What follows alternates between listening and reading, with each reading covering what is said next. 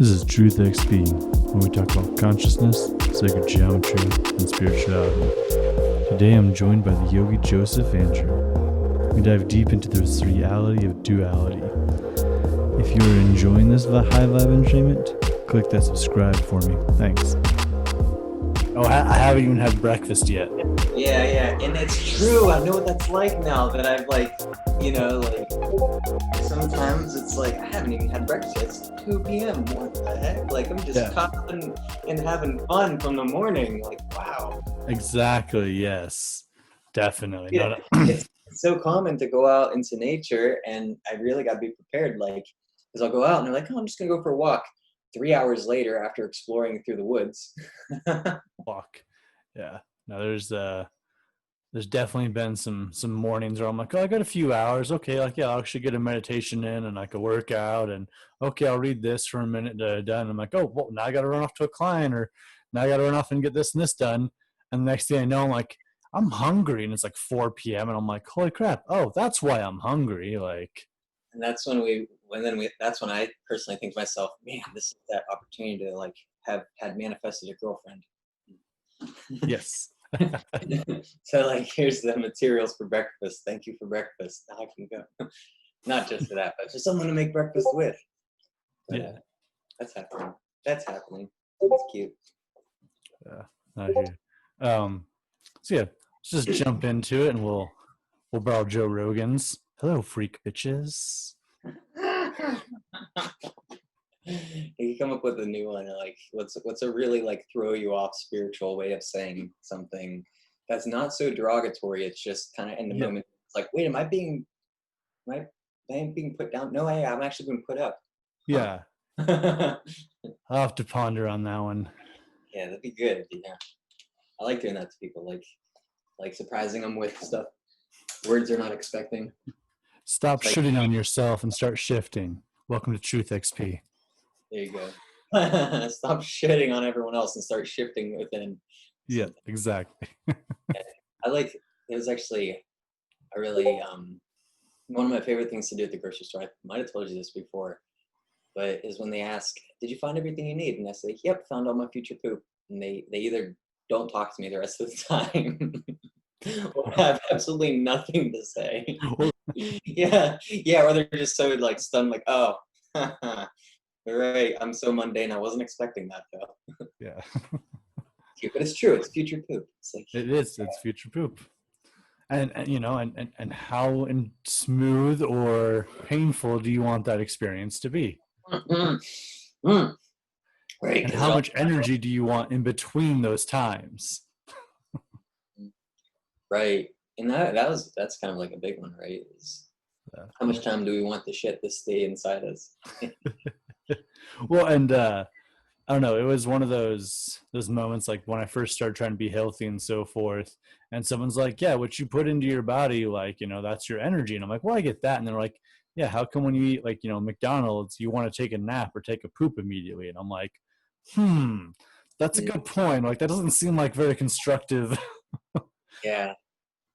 It's like, and then you eat healthy stuff, and it's like, I don't know, you actually feel better. You actually have energy. You're like, oh, I can do this, I can do that. And then, yeah. Yes. And less stinky too. Yeah. It doesn't smell like the trash can.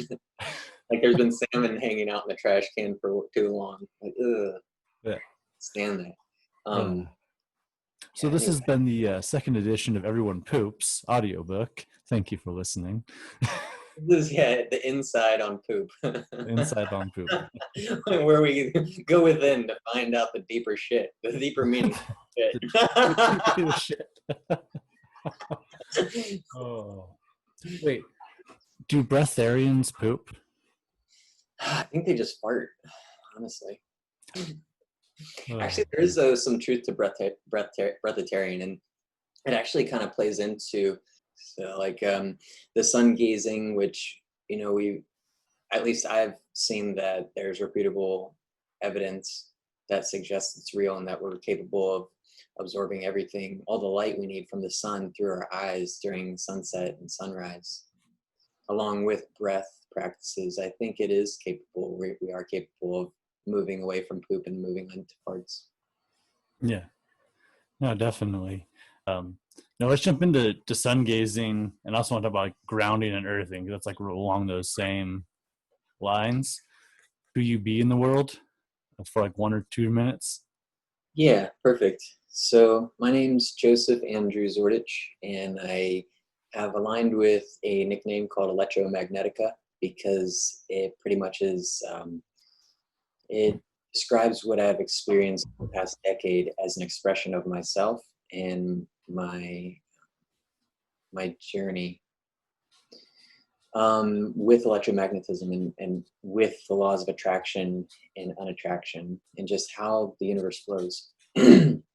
From a young age, I had experiences that weren't normal, and I eventually had a couple of near-death experiences that kind of showed me the nature of reality in a way that helped me go into my studies in the academic world, into college, in a much different way than I had expected that I would when I was like in high school. And so college wasn't so, as it was like half academic and then half very uh, exploratory with altered states through meditation, yoga, maybe some plant medicine or a lot of it, and guidance from mentors that really showed up in my life that I took seriously. And so I began to, along with studying electromagnetism basically in college, which was my main interest, that eventually I figured out like, okay, all those little classes or all not the little classes, but all the avenues I took that seemed like they weren't similar, we're all just looking at energetic systems and how energetic systems operate and correlate to each other and how they're all interwebbed together. So finding out pretty much, I guess, I was learning divination through science. So the scientific divination, basically. And I was pairing that with spiritual and religious studies on a very constant and deep level, pretty much daily. It was all I thought about for years, for the past decade, pretty much.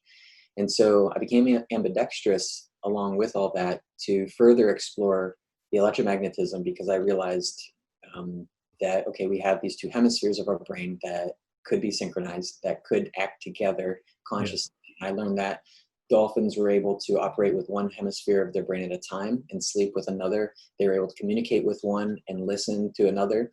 So I started to be able to practice things like that, like listening to two conversations at once and allowing, like just seeing like, how can half my mind absorb one? How can half my mind absorb another? And I mean, that's what translators do too. I mean, they're absorbing it in and just shifting it right, well, translating it, but transmuting it right in their brain.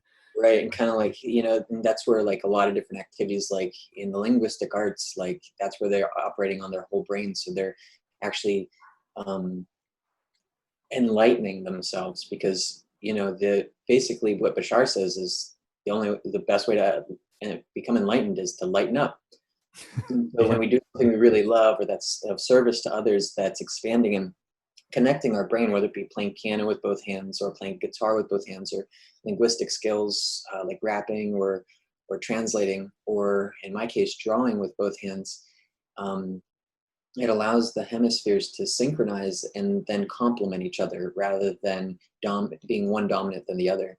And eventually what happens is the whole life starts to operate with both hemispheres, both hands, both feet, like in synchronicity with each other, or with synchronization with each other. So life becomes very much a dance of an oscillation. So it's got like, eventually what has happened is it's an oscillation between the hemispheres, like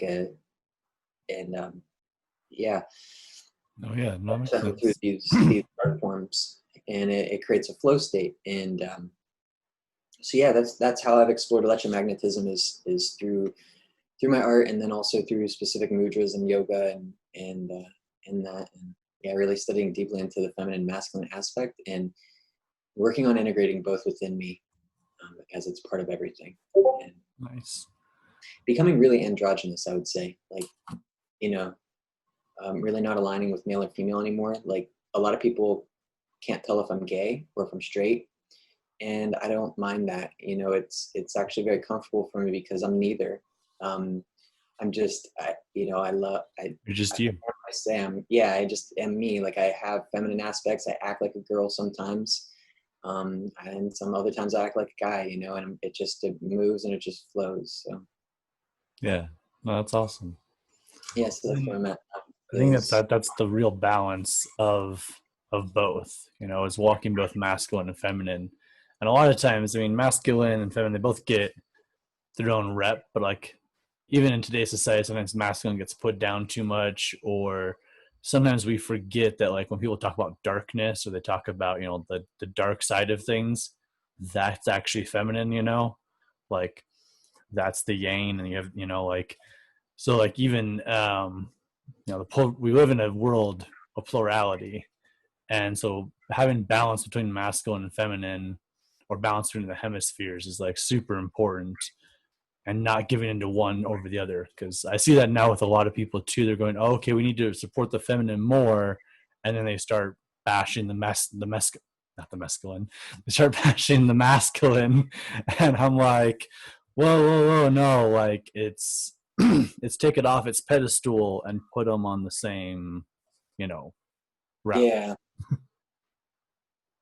And sometimes you need more masculine for certain activities, and sometimes you need more feminine. And just like sometimes you have to have more drive, and sometimes you can be more relaxed, and you know and sometimes you jump on a wave when it's coming in. Sometimes you jump on it going out. You yeah, know, exactly. and, It's and like getting that promotion in some job for being the hardest working, or getting that promotion for being the most creative. Like different yeah, paths, but like right. One's masculine, like getting the promotion because you're straightforward to the point and willing to get stuff done. yeah. And the other one's like where you're willing to think outside the box and really add value to creative projects. And with both have their place. And how can we merge all that within us? Um, is I think what we're all here to do is to find oneness through the duality. And what better way to do that than to go through it? The only way past is through. So we're going through the duality all here together. And all the things we find are just techniques for ourselves. What I'm doing is just different than what everyone else is doing, and it's similar to what some people are doing, and it's all just a different way of finding ourselves. And in each lifetime we find ourselves different. So yeah, that balancing the duality and the polarities is just a constant game here, I feel. And no, it is. I think it's part of the journey. It's as you go through the journey, you're figuring it out, and self-inquiry is the only way you're ever going to balance. Like I said, to master it is to go through it, is to experience it, to have it with you, and have self-inquiry. Like, take time to be asking yourself those questions. Okay, I had this experience. I went like this. What did I like about it? What did I not like about it? Okay, and adjust accordingly, or just be aware of that. And then the next time something similar happens, you grow from it. But unless you go through stuff and experience stuff and then actually integrate the experience, I don't really know what you're doing if you're not doing that.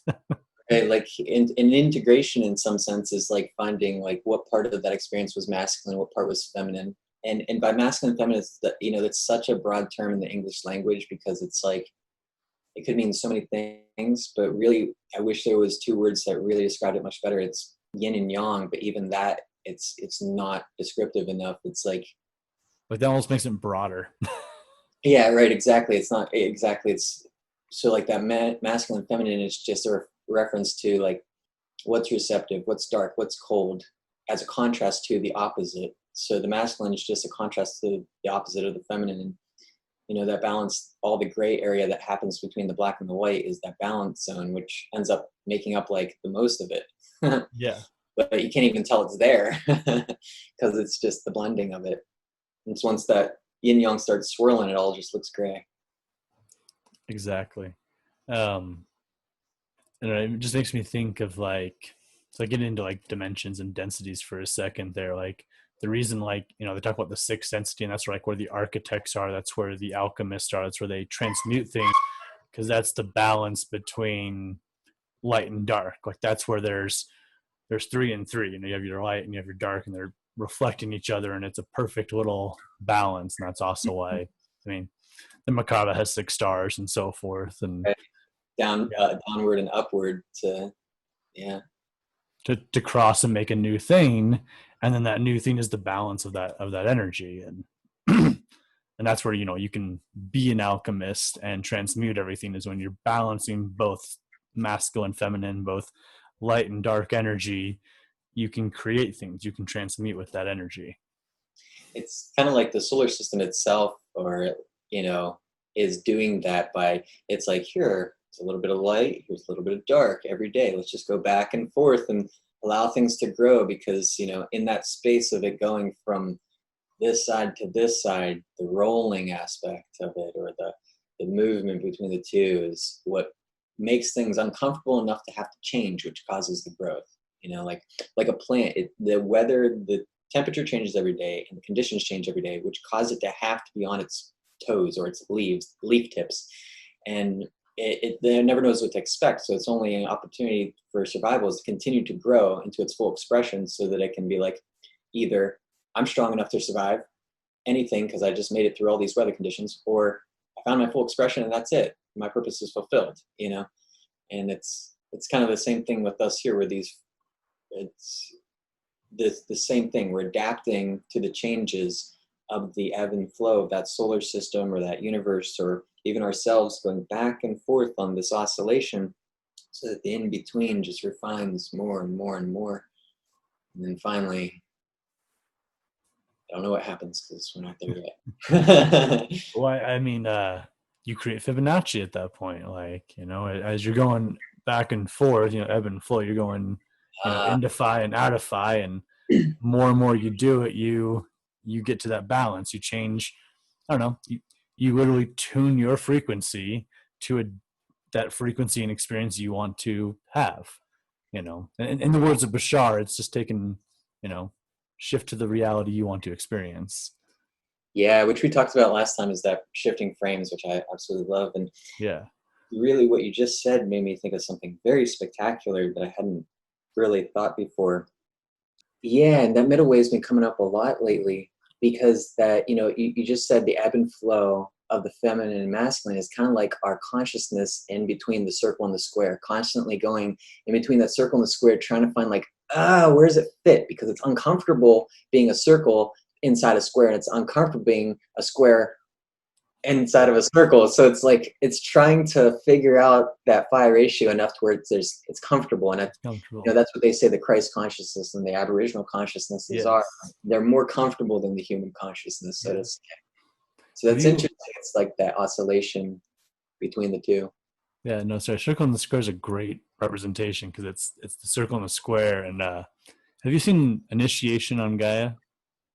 No, I don't think Okay. so. Maybe. There's a point there where he talks about the circle and the square, and how, like, each circle and square, like, if you will, is one life experience, and then it turns, like, I wish I could draw it up in the, and then it turns another circle and square each life experience, and so eventually it becomes a sphere, and the sphere is the concept of you're experiencing all of everything at the same time, and you understand it all, but you have to go through each experience.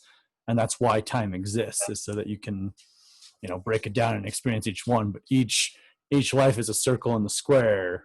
Your life is a circle and square on the experience wheel, and then each individual cycle inside your life is your own circling and square.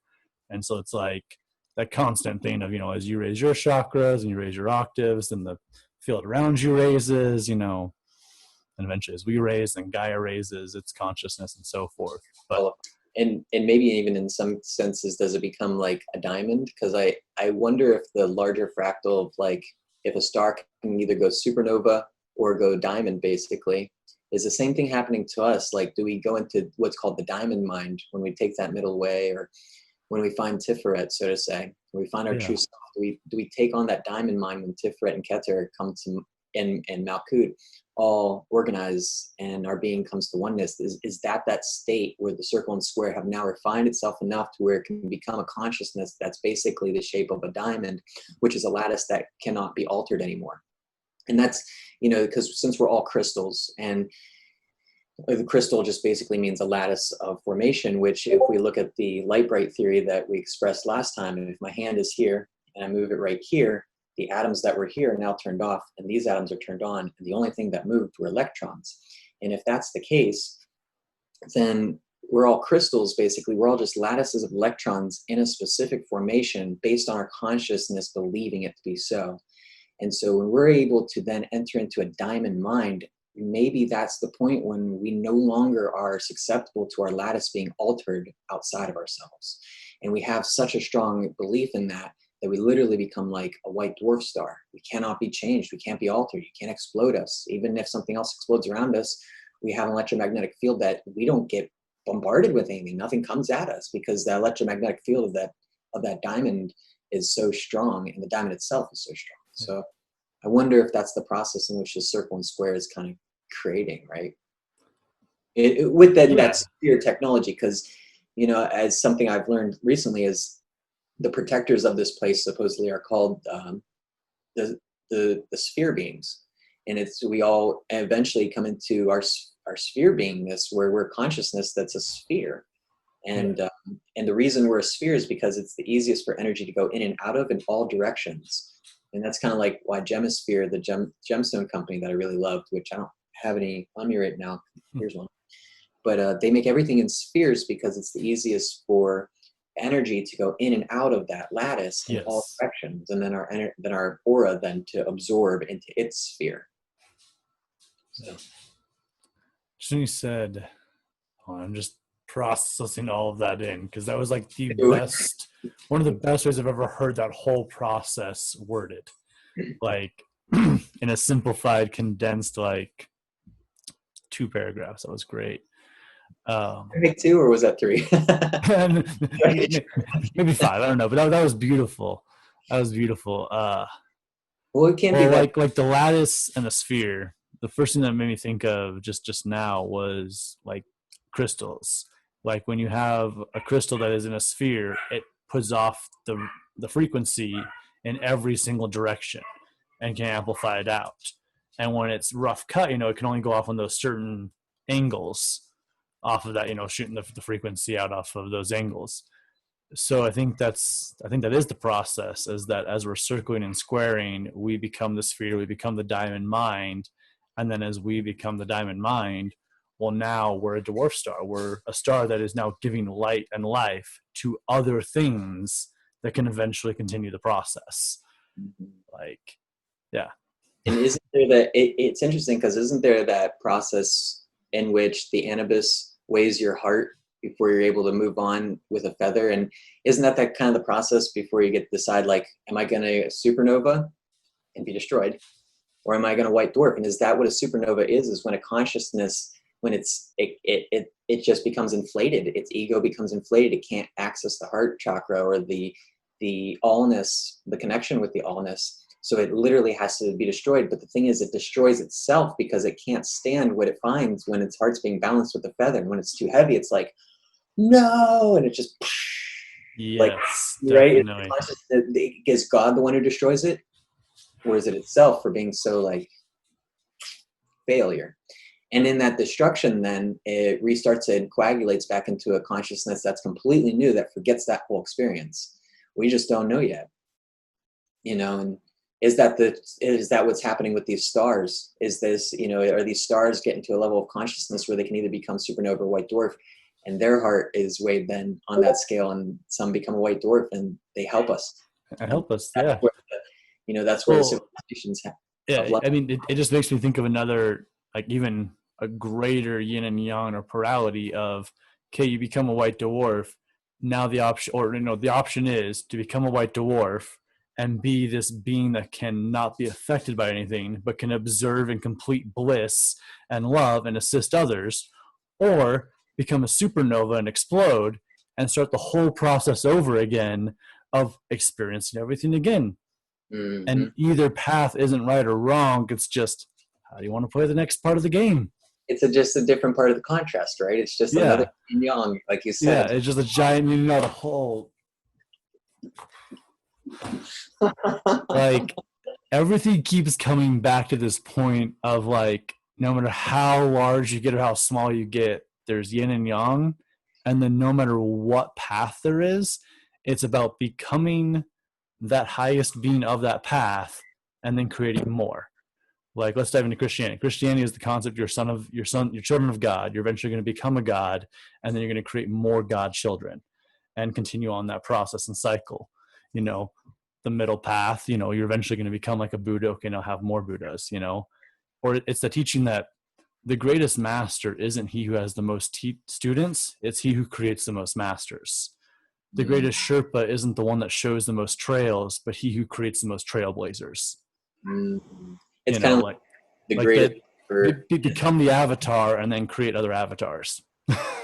Yeah, it like share what you've learned in a sense. Like the greatest rivers carry the most boats, so to say, right?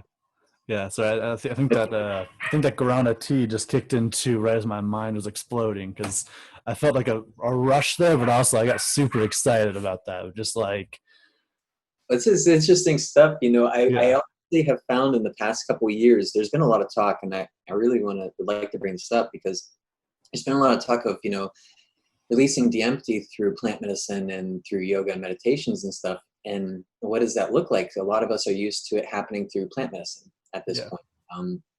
And how many of us, Unless you're studying, you know, Kundalini yoga or breath work, mostly, yeah, the only way you're releasing DMT is in plant medicine. exactly. And I feel like that is a key, like that's a window to look through to see like, oh, that's what it feels like to release DMT, because that plant medicine, I feel, is actually getting ourselves to release our own DMT. It's just matching us with a molecule that we already have, so it gets us to match it, to release it on our own. Because I I have experienced plant medicines enough. I don't want to say enough, but enough times to feel the similarities of those long 3 and 7 hour sessions of yoga, where we reach that you're just in motion with breath, and there's no thought anymore. It's just movement. It's just movement, and just emotions come out, and it's like there's no holding back. It's just tears come, and then words come, and then expressions come, and you know, just really getting so in touch with self that it creates a kundalini type experience where the chakra column is excited, and now this connection with the universe happens, and connection with self and with breath, that sacral chakra is now lit up, energized, and connected, and then that kundalini, which is within the earth, which in all of us, starts to activate and move, and then we have this experience of samadhi, this bliss where we realize we're not even in control of our movements. We're just being part of Yes. the movement. We're just the observer, and that's when the DMT is releasing. We're in those long, you know, hours in meditation that happened, where now it doesn't take hours because the pathway has been traveled. So it's really worth it to, you know, to practice those things. And what I have found, and like I said, when I started saying this, was in the past couple of years, I can smell the DMT when I go out into nature, when I'm connecting and meditating, and I get the feeling like, because when it happens, I start to feel connected. I start to feel very open and a little bit lucid, and that's the only way I can describe it, as lucid. Like, it happens during my artwork. I tend to get lucid, and the DMT starts to drop, and I can feel myself going into that space. But I get this when I match my voice with singing bowls. I match my voice with singing bowls and then do it long enough, or if I make a note with my throat and then the same note with my lips in a different octave, I can create a binaural effect for my own body, and it'll cause this to happen as well. And it literally just feels like that sphere is just expanding, and I can feel my torus expanding. And like I said, it's not as visually Yeah. active as actually experiencing dimethyl As the medicine, you know, is like, well, I know that feeling. It's like if I meditate for a good, you know, 45 minutes to an hour, actually in the morning, I'll smell DMT. Like, I'll smell it just in my house, and you start to feel yourself like go up, and you're like, hold on. And for me, it's always like I feel it go up my spine. I always feel like the energy slowly go up my spine, and then I'll start to feel myself go like this, and I'm like, I need to stop walking, riding the bike, or driving. If I'm doing something, I need to sit down, because one way or another, I need to breathe and like reground myself, or I need to breathe and let myself just surrender into the next whatever experiences, the next, few minutes of experiences. I find though that taking the time to stop to try and set up for it stops it though. It closes it off. It closes the connection. It's almost like the movement of doing something is what's creating the connection. Oh, I've felt that before, and so like if I'm driving, I'll just pull over, and that usually doesn't work. Like usually that one doesn't work. But if I'm like walking or on the bike, I've literally just like stopped and plopped in the grass. Because you don't have to think about it. You don't have to think about it. And I'm sure people have freaked out before when I just like jump off the bike and do it. But I'm just like, I don't care. Like you have no idea. Like I'm open to whatever experience is about to happen. It's like in mind you're thinking to them like, you're gonna thank me later. This is for the benefit of all. They're thinking you're weird. You're like, this is to your benefit. You're gonna be happier later in life. Trust me. That'd be great. But it is possible, and I think that getting into the Kundalini stuff, like Kundalini yoga and whatnot, I think that Kundalini energy, I noticed it through Kabbalah, it's definitely able to be activated, and I think it definitely is correlated with the dimethyltryptamine. I mean, obviously, there's been enough observance and relationship with it. Is when we have a Kundalini awakening, we are having a samadhi experience or a de-empty releasing experience, and I think it's something that we're able to cultivate on our own. Yes. If we choose to. And for me, I don't want to say it took relinquishing to help, but it kind of did. It kind of took saying, you know what, it's not that I don't need the plant medicine and I don't need other certain things, methods, but I want to really focus on how can I do this at will? How can I do this and being open to the universe? Because we've experienced the dimethyltryptamine, we've experienced the yoga and the meditation and other pathways and a lot of esoteric research and understanding of this, and like both the feminine and masculine side, the intense research. It took me 8 years of research before I went and did ayahuasca 7 times. And I did ayahuasca 7 times, 1 for each chakra, and Kambo once for each chakra. And I really, really wanted to feel aligned with that, because like each time I said, how can I find this on my own? How can I find this on my own? How can I find this on my own? And with the Kambo is, what can I let go of so I can find this on my own? What can I let go of? How can I clean my pineal gland? And so things that have now come up that I've found that, yes, we can do this on our own. Yes, it takes conscious effort. Yes, it takes affirming like, okay, I am the master of my reality, and I do have access to my my upper chakras and to my glands in my body and my nervous system. And it takes a lot of practice to get there, and it's going to look different for all of us. Some of the, it really does come down to doing it ourselves if we want to go further into the next level with it, because they're external forces. They're great teachers. And I think, it was Ram Dass or Paramahansa Yogananda who said that, let's say there's 100 doors to enlightenment. Plant medicine can only open 75 of those doors for you. But the key 25 doors you have to open yourself. And it's like, it can show you maybe how, but you have to do the work and you have to do the things to open those doors. And, one of my teachers, when he told me that quote, he goes, and much better if you somehow open those 25 doors or some of those doors before you go to plant medicine. You have to do the work yourself. And to be clear on that too, of like, these experiences of like where I can, we smell DMT and we feel like we're going to float away. That comes from work of knowing that there was blockages in us and healing that had to happen. And there's still healing that has to happen and still blockages. And like, just like a drain, it's going to constantly need cleaned in your shower. You're never going to be able to not get hair in your shower, no matter how hard you try, unless you completely get rid of your hair. But it's the same with our consciousnesses. There's always going to be stuff running through that drain. So we're going to constantly have to be cleaning it. It's just, I think we're at a point in time where we realize how to get it clean enough to the point where we have a constant flow of spirit through us. And, cleaning ourselves is a big one. Just cleaning our physical body and our mental body. Exactly. Like you have to clean it. It's like showering. Nights of puking out my guts and dealing with my shadows and my darkness and Yeah. Like kind of like I had so much shit I had to deal with to be this way that Or a lifetime of cleaning consciousness, maybe, in some yeah. sense.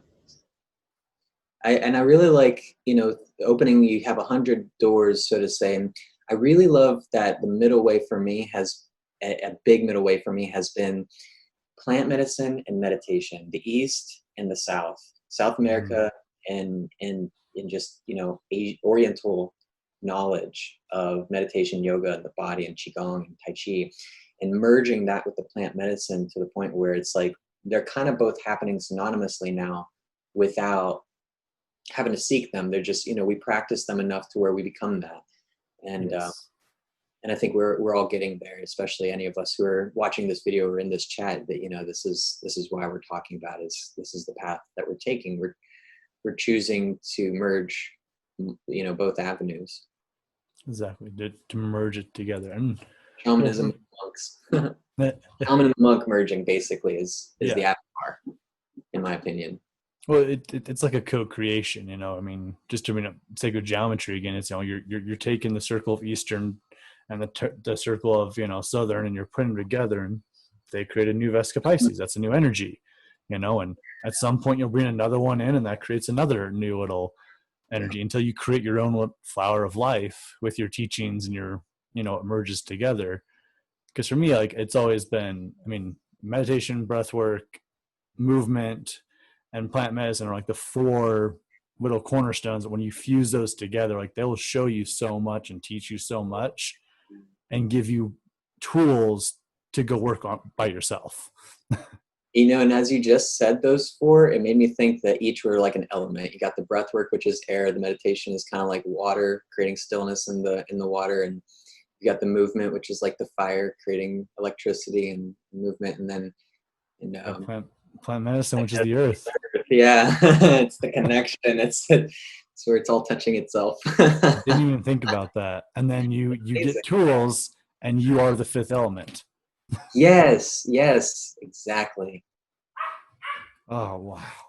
Yeah. Yeah. We are the avatars, and I want to bring something up, because this was kind of part of what we were going to talk about, was the electromagnetism, like I said, Yes. electromagnetica, and the ambidexterity. And as I showed you before, I learned originally, when I first got into this, I learned how to make my hands magnets by taking two little plastic pieces, and I just did this for about 6 hours straight, to the point where I couldn't pull my hands apart or push them together without like effort. And I let other people do it too. I was like, hey, try and put my hands together. They couldn't. There was a magnetism between my hands. And I eventually realized that day, wow, I'm creating a polarity between my hands by putting them into a wave formation with each other. And so, and then pairing that then with mudras, we can then, create different things to occur, and whatnot. Into what I was going to say about the avatars. So bringing that into the ether is combining those elements and working with them in a way to realize that all the elements are just a different expression of that ether. It's just a different angle of one whole element that just looks differently from different angles. And that's why they're all combined in that sacred geometrical structure, Metatron's cube. And so they all fit in there, but they all look different. So it's just a different angle of looking at it creates a different element. So becoming elemental bent, enough focus and attention on it. And it sounds like it's the crazy stuff. And there are techniques that are increasing our electromagnetism and allowing us to take control of our electromagnetism to create our own space-time continuum within our electromagnetic field, so that we are no longer part of time itself anymore. Because time is basically just the illusion, is an illusion in that space creates time. The movement of Mhm. space creates the illusion of time. We need some way to say that this now over here, well, when was that over there? Well, it was 3 seconds ago. It Yes. was just the illusion that my hand moved over here, that it had to have a time frame. But if my hand was staying still right here the entire forever, and you couldn't tell that this was a video, there would be no time movement. It would Yeah. just be a still frame. And the same thing with our reality, since this is basically seemingly like two holograms projecting onto each other to create this sphere, or projectors projecting into each other to create a sphere in between them, right, called the holographic Earth.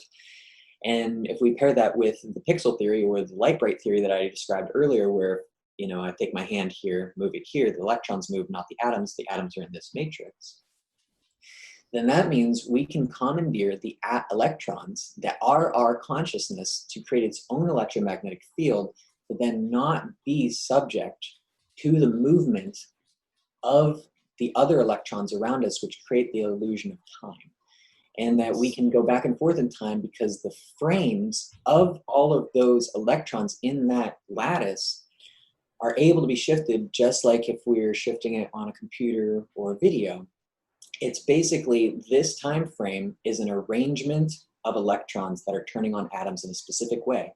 And our consciousness is reading it as it's moving from frame to frame to frame.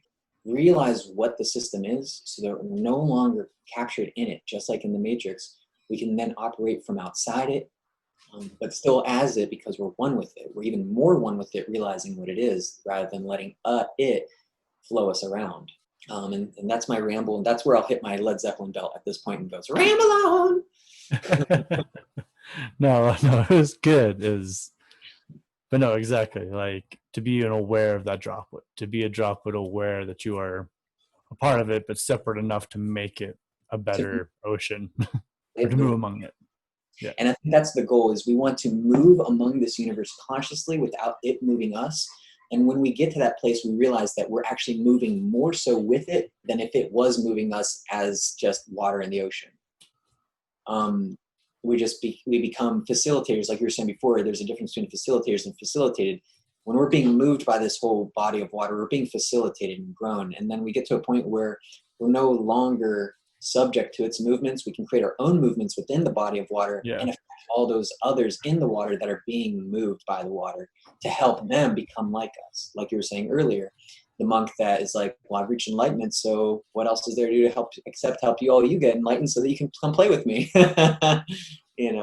Exactly. Like, what else is there to do now other than bring other people to experience this, or to have the joy of it, And then, even then, by doing that, then you raise as well. Like, the same thing as anything else. Like, just with yoga, like, as you've learned yoga and then as you teach it, you learn more as you teach. Like, your knowledge is always growing. It's always like a spiral of knowledge. Tapping into that spiral power, Yeah, that spiral power has been coming up a lot lately. I love it.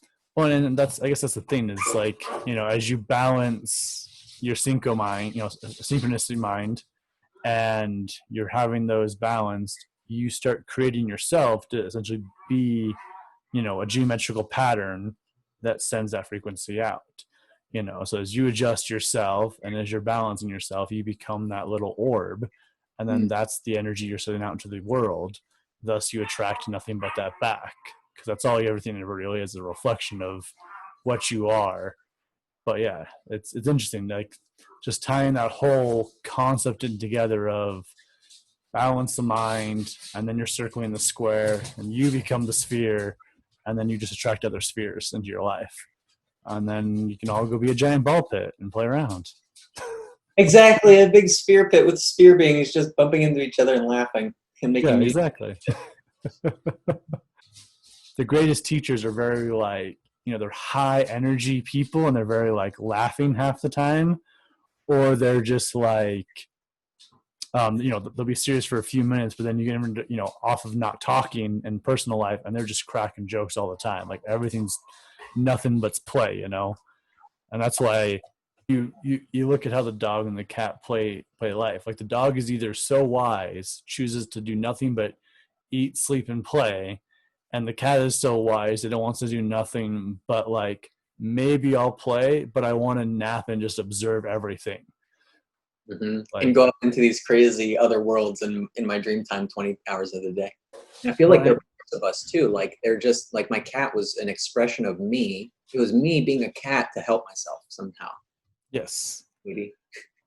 No, exactly. Like, it's the concept of the egg, that each life, at the end of your life, you come back as another version of yourself here, and whatever different time, to help experience that experience. But, like, that very way, that technically the people you run into they are you. Like, you are me helping me assist you at the same time. Like, we're growing together here, but like, you are me and I am you. And if the light bright theory is correct, then that's absolutely possible, because all electrons are from the same source. Yeah. All electrons are moving around the matrix of stationary, well-divided Indra's net type atomic structures. And so it makes it possible that we're all the same consciousness. We're all just those electrons experiencing different lattices, different formations. Different forms of, yeah. No, it makes sense. Well, and then in that concept of like, you know, just bring it back to the companions, like if he's me in some way, that's literally me on some frequency going, I trust you enough to give me a life that I will enjoy the best. So thus I'm going to come back and play with you, or I'm going to come back and experience myself, but trusting that version of myself to give me that experience. Like I wish there was a better way to word that, and someday I'll come up with a better way to word all that. Exactly, because I'm gonna have the best experience of my life if you're being you, because then it just makes sense. What is life like for you now, and where do you see the world being in 4 years? Life for me right now is amazing. Where I see us being in 4 years is,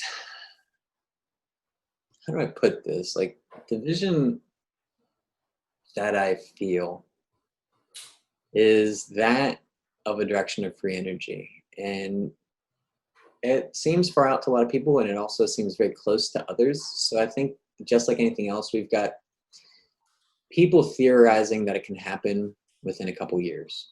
And I've heard that yeah, we can go all electric within 1 year. Infrastructure can be set in 1 year. Yeah, absolutely.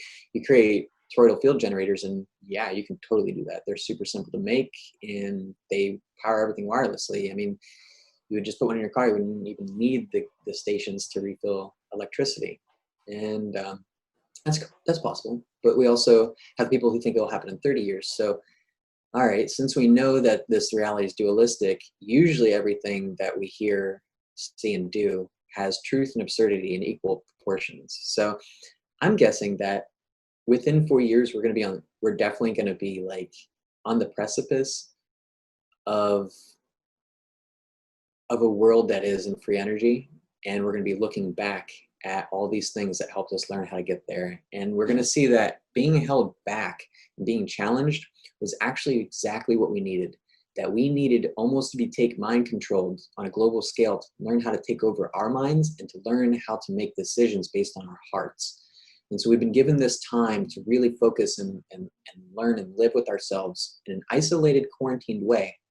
But the quarantine, it's almost interesting because incubation and quarantine are very similar in that you're incubating something, excluding it from the reality around it so that it can focus on itself. It can focus on itself and grow enough to where then it can stabilize in the world around it and continue to grow.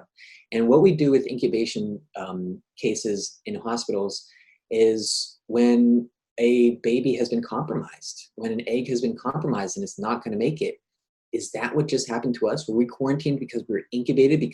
We're going to have to incubate them, but we're going to have to also do it in a way that's going to get them to take responsibility for themselves and accountability, and stop blaming what's outside them, and realize that these evil people aren't the problem. It's our choices to not look at them that is the problem. Yes. When we realize that and we start to look at them, we start to look at ourselves, and this incubation then sets us up for that 4-year mark from now, of where we're saying, okay, I am open to letting go. And the financial world can shift. The energetic world can shift. The medical world can shift.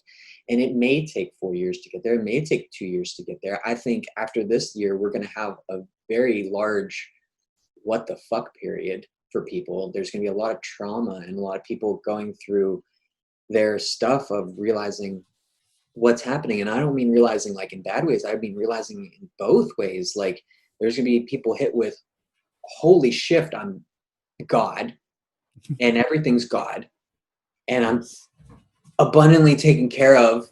And then there's going to be people like, oh my God, there's so much evil in the world. And it's going to break their minds and explode them, some of them, but it's also going to shift a lot of people into spirituality and say, that evil's out there. How can I access light? Because one of the greatest initiations into the light is either being evil, being against evil, or observing evil. All three ways you can observe and experience how to access the light through the teacher of evilness or darkness. And Exactly, yeah. and so, I see in the next 4 years is I see a lot of light. I see a lot of darkness falling behind us in a good way. And I think that we're just going to see a surge of people, honestly, trying to figure out how to access the heart chakra. And I'm going to lead with this because one thing I learned from the chakra series with spirit science is that narcissists are not bad people. They're basically people who cannot move from their solar plexus into their heart chakra. And they have a disconnect. They can't make it past the mirror wall. And we have a lot of narcissists in this world. In the next 4 years, we're going to see a lot of these narcissists trying to access the heart chakra. And that's exactly why we've had our experiences to help them. Because we're going to be able to compassionately understand, like, you're an asshole. You've done a lot of nasty things, but you're doing it because you were trying to preserve yourself and your family and the things you loved. And now how do we take your skills, those skills, because you're human, you're a part of this all, and you're a part of our humanity. We're all transmuting into the light or a better world. And if we don't, we're probably not going to be here. Maybe not. I don't really know. But how do we help these narcissistic people move from their solar plexus into their heart chakra? And so the next 4 years, I think, is going to be characterized by a lot of people shifting and a lot of people accepting. Agreed. Definitely. Well, and so you said, like, there's a lot of people that are stuck in their solar plexus. They're not getting to that heart chakra. And the concept of the majority of people out there are in that world where they experience most of their general frequency from the solar plexus. And when we shift into the next world, or we shift to the next thing, most people will be living from the heart chakra, and they will be experiencing that vibration more. And just, in the words of Bashar, as you shift your frequency, you experience that timeline of which you wish to experience, that parallel reality which you wish to experience. You may still see other realities that you do not wish to experience, but that doesn't mean that is your reality. There was that concept of, like, there was a timeline that went off and experienced World War III based on certain actions that we had done against other leaders, that Trump had done. There is a timeline where quarantine went much worse and nanobites were, invested. There's a timeline where, things much darker were done. And then there's the timelines that we're experiencing because the majority of people wanted that, but as well as what you are choosing to experience and how you're shifting your life affects what timeline we fall onto. And, in the words of Bashar, that's why certain people fade away. That's why there's people, in the past that they're at a different frequency, experiencing life differently, and that's why you don't run into them anymore. And it makes me wonder that, given what we were talking about earlier about taking over your personal electromagnetism and your quantum field, if you have these parallel timelines, which are kind of acting like Vesica Pisces in and out of each other, right? Like on a bar of life, you've got these timelines. And what's to say if you get to this point where you can then take over your conscious field, what's to say you're in a timeline you're not so crazy about that you can actually just shift yourself over? Yes. And you disappear from that other timeline, and now you appear in this other timeline. Those people over there may or may not remember you. You may or may not remember that. And now you're in a completely different reality. And hopefully, if you're able to take over your conscious field, you will remember. Yeah. But I watched a video recently about a kid who's saying there's a lot of things in our reality that half the people remember that things were this way and half were that way, like certain movie titles and the peace sign, others. And the way things were written and spent, like the mandala effect. Exactly. No, there's a lot of that. And then you've changed yourself. You've changed who you are. And there's a concept, I don't know how true it is, but that's kind of the concept of, like, one of the things when you go to sleep, you wake up into the higher realms. And then when you wake up here, you've actually, like, your higher realm has made other contracts with other people and has also moved you to now the next reality that you're going to experience in the morning based on your choices, your actions, your thoughts, that are going to serve you in the highest form for that day. And I absolutely agree with that based on the pre-birth planning work of Robert Schwartz and Stacey Wells.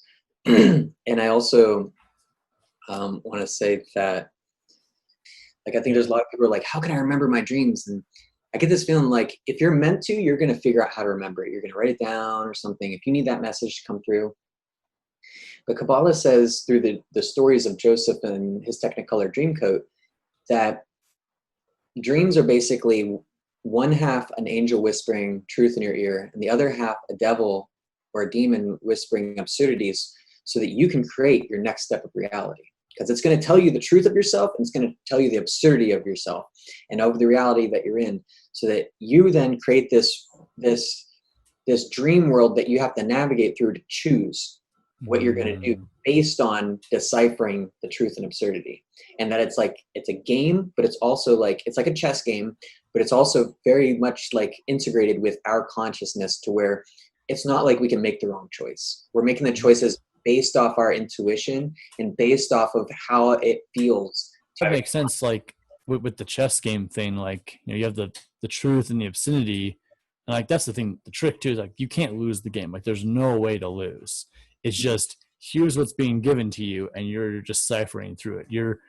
And how can you fully decipher and make a decision about things unless you can see both sides, unless you can see multiple perspectives? Yeah. No, awesome. Is there anything else you would like to say to the world in closing? I'd like to say namaste. Thank you for spending a moment with Joesph and taking the time to be here with me and with yourself. I